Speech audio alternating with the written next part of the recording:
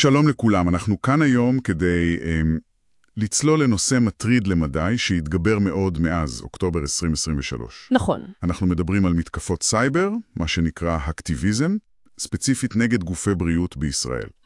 המקורות שבידינו מראים תמונה די ברורה של עלייה בפעילות הזו. אז ננסה להבין, אתה יודע, מי עומד מאחורי זה, איך הם פועלים, ולמה דווקא מערכת הבריאות. כן, זאת שאלה מצוינת.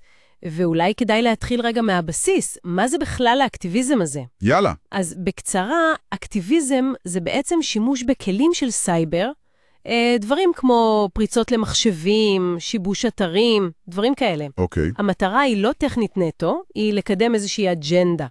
פוליטית, חברתית, אידיאולוגית. זה יכול להיות מכוון נגד ממשלות, תאגידים גדולים, או כמו שאמרת, ארגונים חיוניים, כמו בתי חולים. והמטרה היא בעצם לשבש. לשבש, כן, אבל גם הרבה פעמים לחשוף מידע, שהתוקפים חושבים שצריך להיחשף, או פשוט לעשות רעש, להביע מחאה בכל רעם כזה. הבנתי. והמקורות שלנו, כמו שאמרנו, מראים שכל הפעילות הזאת נגד מערכת הבריאות שלנו פשוט קפצה מדרגה מאז תחילת המלחמה. כן, לגמרי. וזה לא רק, אתה יודע, הנזק התפעולי שאולי קורה או לא קורה, זה נראה כמו איזה ניסיון מודע לפגוע באמון של הציבור. בדיוק, לפגוע באמון במערכת הבריאות, וככה בעצם להעמיק את הלחץ הפסיכולוגי, במיוחד בזמן מלחמה, נכון? זה אפקט נוסף. נכון. אז בואי נדבר רגע על מי עושה את זה, מי השחקנים שאנחנו רואים פה. אוקיי, אז כשמסתכלים על הנתונים, רואים כמה סוגים עיקריים של שחקנים. יש קבוצות, או לפעמים קוראים להן פרסונות, שמזוהות עם איראן. איראן, אוקיי. כן, שמות כמו מלקטים, או הנדל ההקטים, קאם סייברטים, דברים כאלה.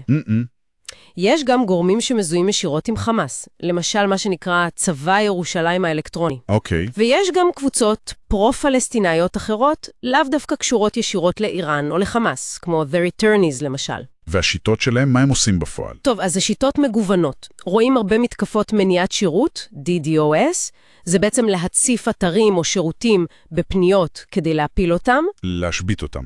כן, יש גם טענות ולפעמים גם הוכחות לפריצה וגניבת נתונים, מה שנקרא hack and leak. וזה יכול לכלול מידע רגיש. בהחלט.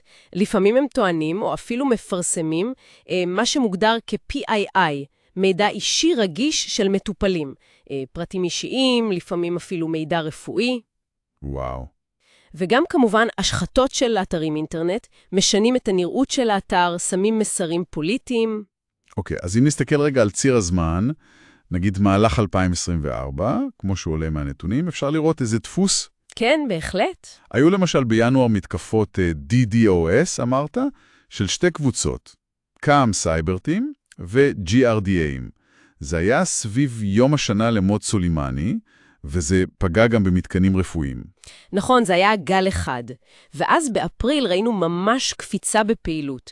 זה היה כנראה על רקע המתיחות בין ישראל לאיראן באותה תקופה, וגם קמפיין סייבר שנקרא #OpIsrael. כן. שם למשל מלקטים, שהיא מזוהה עם איראן, טענה שגנבה מאות אלפי רשומות של מטופלים. מאות אלפים. זה המון.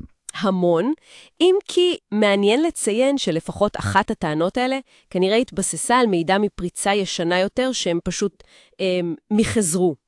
אז זה לא בהכרח חדש, אבל הם מציגים את זה כחדש כדי ליצור אפקט. בדיוק. זה מדגיש את המימד הפסיכולוגי, אתה יודע, ליצור תחושה של מתקפה מתמדת, שכל הזמן פורצים. הבנתי.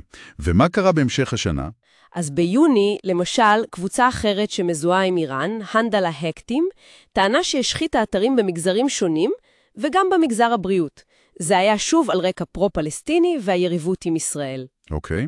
באוגוסט היה דיווח על פעיל שמזוהה עם צבא ירושלים האלקטרוני של חמאס, שטען שפרץ לשרת ישראלי גדול וקיבל גישה לאיזה מסמך מלשכת בריאות מקומית.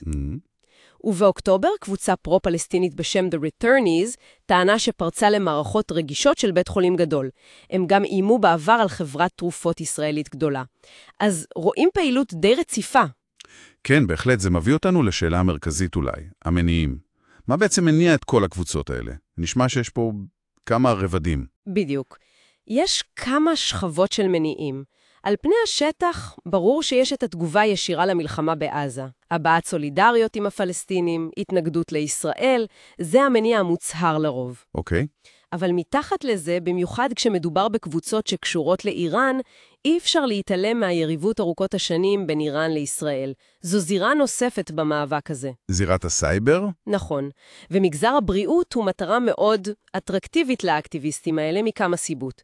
קודם כל, הוא חיוני. הוא נוגע לכל אזרח ואזרחית. הכי חיוני שיש. כן, ולכן פגיעה בו, או אפילו רק הטענה על פגיעה, מקבלת תעודה ציבורית מאוד גדולה.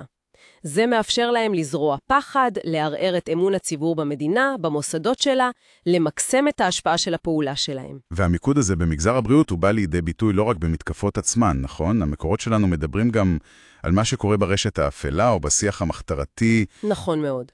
הניתוח מראה עלייה משמעותית באזכורים של משרד הבריאות הישראלי, בתי חולים, גופים קשורים, בפלטפורמות כמו טלגרם או פורומים מחתרתיים כאלה ואחרים. כמה אזכורים בערך? ב-2024 נספרו שם 67 מקרים כאלה, עם שיאים באפריל, אוגוסט ואוקטובר, תקופות שהייתה בהם מתיחות גבוהה יותר או פעילות התקפית מוגברת. אז זה ממש מראה שהם על הכוונת. לגמרי. זה מראה שהמטרות האלו נמצאות בראש סדר העדיפויות שלהם באופן עקבי. טוב, אז מה הלאה? מה התחזית? אז תראה, הערכה במקורות היא בסבירות בינונית שהמתקפות האלה על מגזר הבריאות ימשיכו בטווח הקרוב. למה בעצם? בעיקר בגלל שני דברים. המשך הסכסוך בין ישראל חמאס והיריבות ההיסטורית בין איראן לישראל שלא נעלמת.